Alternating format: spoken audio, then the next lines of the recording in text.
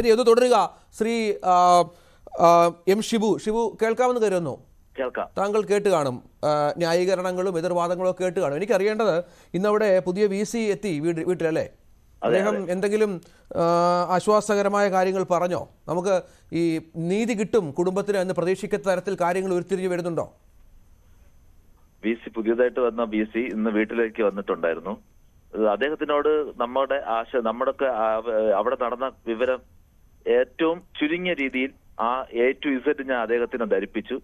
അദ്ദേഹത്തിന് അതൊക്കെ അതിശയത്തോടെയാണ് അദ്ദേഹം കേട്ടോണ്ടിരുന്നത്. ഇങ്ങനെയൊക്കെയാണോ അവിടെ സംഭവിച്ചതെന്നുള്ള രീതിയിലാണ് അദ്ദേഹം കേട്ടോണ്ടിരുന്നത്. അദ്ദേഹം നമ്മുടെ ഒരു പരാതി ഞാൻ നേരത്തെ പഴയ VCക്ക് കൊടുത്തിട്ടുണ്ടായിരുന്നു. അതിന് മറുപടിയും കിട്ടിയിട്ടുണ്ട്, പരാതി സ്വീകരിച്ചതായിട്ട്.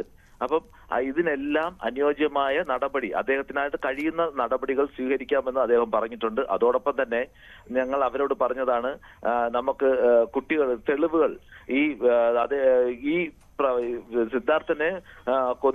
സിദ്ധാർത്ഥനെ തല്ലിക്കൊന്ന് കെട്ടിത്തൂക്കിയവർക്കെതിരെ ശക്തമായ നടപടി സ്വീകരിക്കുന്നതിനുള്ള ശക്തമായ ശിക്ഷ വാങ്ങിച്ചു കൊടുക്കുന്നതിനുള്ള നടപടികൾ അദ്ദേഹത്തിന്റെ ഭാഗത്തു നിന്ന് ഉണ്ടാകണമെന്ന് അദ്ദേഹത്തിനോട് പറയുകയും അദ്ദേഹം അത് അനുഭാവപൂർവ്വം ചെയ്യുന്നതിലേക്ക് അദ്ദേഹത്തിന് കഴിയുന്ന അത്രയും കാര്യങ്ങൾ ചെയ്യുമെന്ന് കുടുംബത്തിന് ഉറപ്പ് നൽകിയിട്ടാണ് അദ്ദേഹം ഇവിടുന്ന് പോയിട്ടുള്ളത്.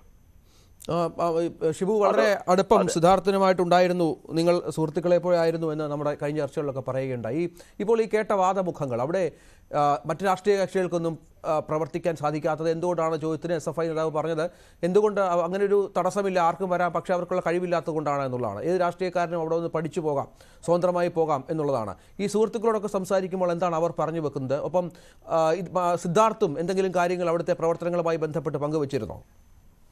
സിദ്ധാർത്ഥ് സാധാരണ അവിടുത്തെ കാര്യങ്ങൾ പറയുമ്പോൾ പറയും, അവിടെ ഒറ്റ യൂണിറ്റേ ഉള്ളൂ, SFI എന്നുള്ള യൂണിറ്റ് മാത്രമേ ഉള്ളൂ, അവിടുത്തെ പ്രവർത്തനങ്ങളിൽ ആ ഒരു ഇത് മാത്രമേ ഉള്ളൂ എന്ന് പറയാറുണ്ട്.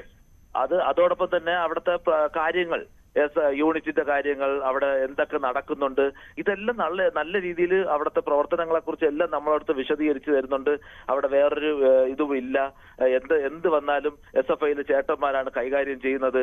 അവിടെ എന്തെങ്കിലും തെറ്റ് വന്നാലും അവര് കൈകാര്യം ചെയ്യും, അവരതിന് മറുപടി ഉണ്ടാക്കും, അതിന് ഉചിതമായ അവർ തന്നെ ഒരു തീരുമാനം എടുത്ത് ചിലപ്പോൾ തല്ലേണ്ട ആവശ്യമുണ്ട്, തല്ലും.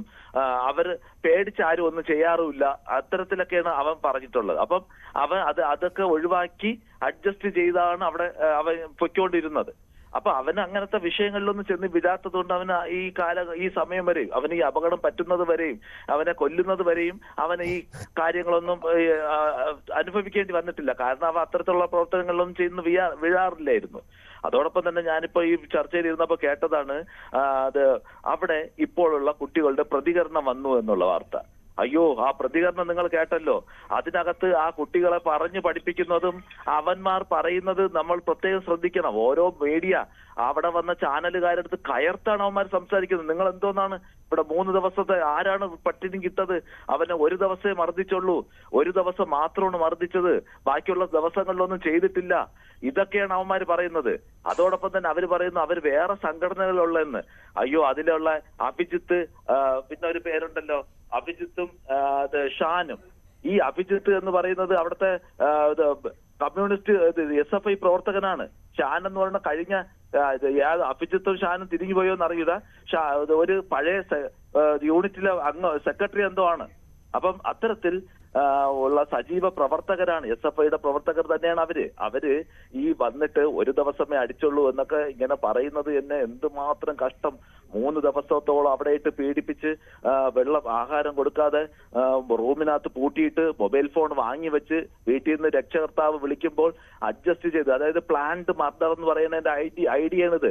നേരത്തെ സാറ് പറഞ്ഞതുപോലെ തല്ലുമ്പോഴും ദേഹത്തൊന്നും പാട് വരാത്ത രീതിയിൽ അവർ തല്ലാൻ ആയുധങ്ങൾ കരുതി വെച്ചിരുന്നു. അപ്പൊ അവിടെ ഒരു ഗൂഢാലോചനയും അത് വകവരുത്താനുള്ള സാധനങ്ങൾ കരുതി വെക്കുകയും ചെയ്തു. നിയമം മാറേണ്.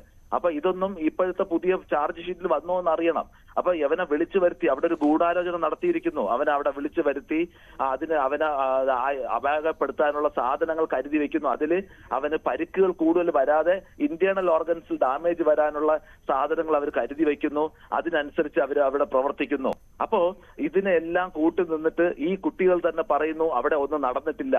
എല്ലാം പറഞ്ഞു തീർന്നിട്ട് അതിലൊരുത്തം പറയാണ് ഞാന് ഇല്ലായിരുന്നു, ഞായറാഴ്ച രാത്രി 10 മണിക്കാണ് വന്നത്, അപ്പൊ ഇവിടെ എല്ലാം കഴിഞ്ഞു. അതിപ്പോ എന്തുമാത്രം പൊട്ടത്തരമാണ് യവന്മാർ വിളിച്ചു പറയണേ. ഇതൊക്കെ കേട്ടിട്ട് കുട്ടികളുടെ അഭിപ്രായം കേട്ടില്ല എന്ന് പറഞ്ഞ് എന്തുമാത്രം കഷ്ടമാണ്. അപ്പൊ അവിടെ ഒരാളിനെ തല്ലിക്കൊന്ന് കെട്ടിത്തൂക്കി അല്ലെങ്കിൽ കൊലപാതകം ചെയ്തിട്ടാണ് ഈ ന്യായീകരണം നടത്തുന്നത്. അവനെ സ്പഷ്ടമായിട്ട് പ്ലാൻ ചെയ്ത് കൊന്നതാണ്. അതിൽ കൃത്യമായ രീതിയിൽ നമുക്കത് മനസ്സിലാക്കാൻ കഴിയുന്നു. കുടുംബത്തിന് മനസ്സിലാക്കിയിരിക്കുന്നത് അത്തരത്തിലുള്ള കൊടിയ പീഡനത്തിലൂടെ കൊന്നതാണ്. ശരി ജിൻഡോ,